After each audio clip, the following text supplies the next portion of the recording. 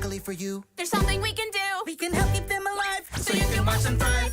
'Cause here at C.H.E.R.U.B, we'll save your honey bun from dying. Vibe, make you want to cry. When your loved one has to die. Does it hurt you through and through? Let's give credit to all the Cherubs now. Don Daryl Rivera, Jaden Libran, and Vivzy all did a great job making each of these three distinct. And they all sing pretty well.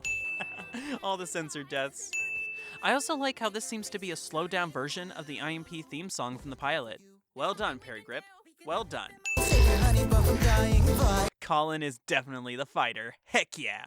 Nice one, B. Blitz is proving once more that he has anti-stormtrooper aim. I say, are you looking to get work making crazy contraptions and goofy gadgets? Wally Wackford is one of those characters you can't help but enjoy his presence whenever he's on screen. Don Daryl Rivera's range is on fire in this episode. All right, don't panic, Moxie. I'm not panicking because hellquakes don't happen. Stop getting hysterical, fatty. Good to know whenever there's a crisis, Moxie is definitely not the one to get help from.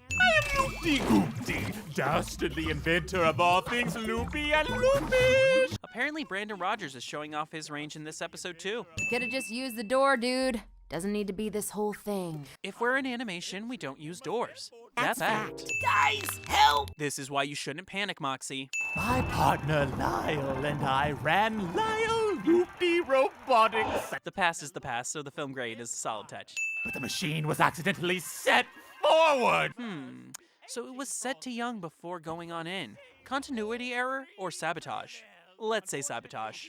Everything is going dark. Now, By my one true love.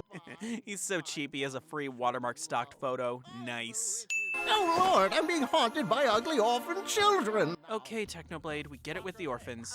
Sir, those are cherubs, Mr. Lyle. Nice voice match cut. hell no!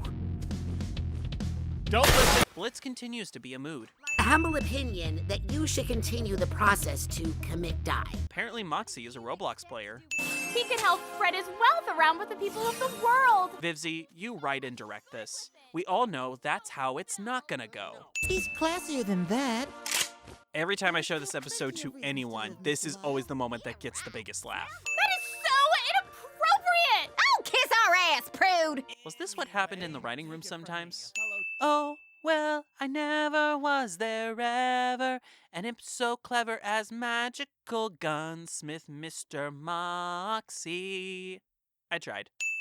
Look at those sweet disease-ridden vermin. How most of Gen Z sees children too. Good to know the generations have something in common.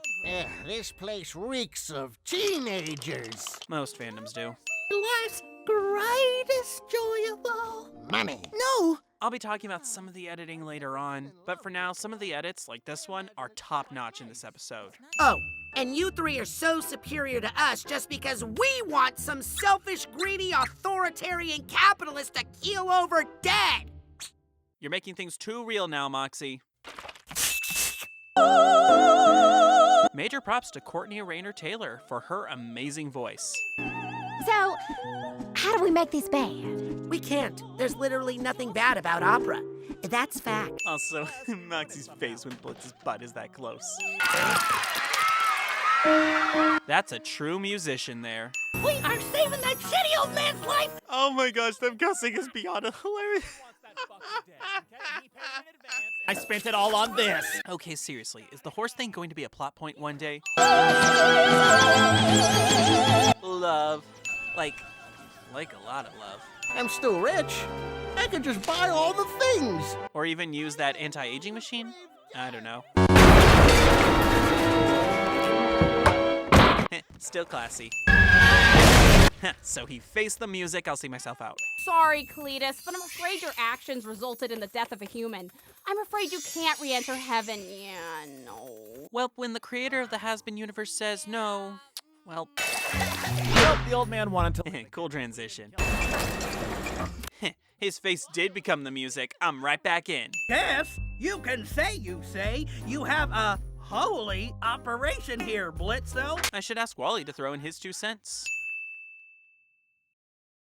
You probably felt me stretching for a lot of this episode, and yeah, I'm not too big of a fan of this episode. I still think it's a very funny episode, and it's a nice addition to the has-been Helluva world, but yeah, it felt a little off, probably due to the editing. A lot of the comedic beats fell flat for me, or some stuff ran a bit too long here and there.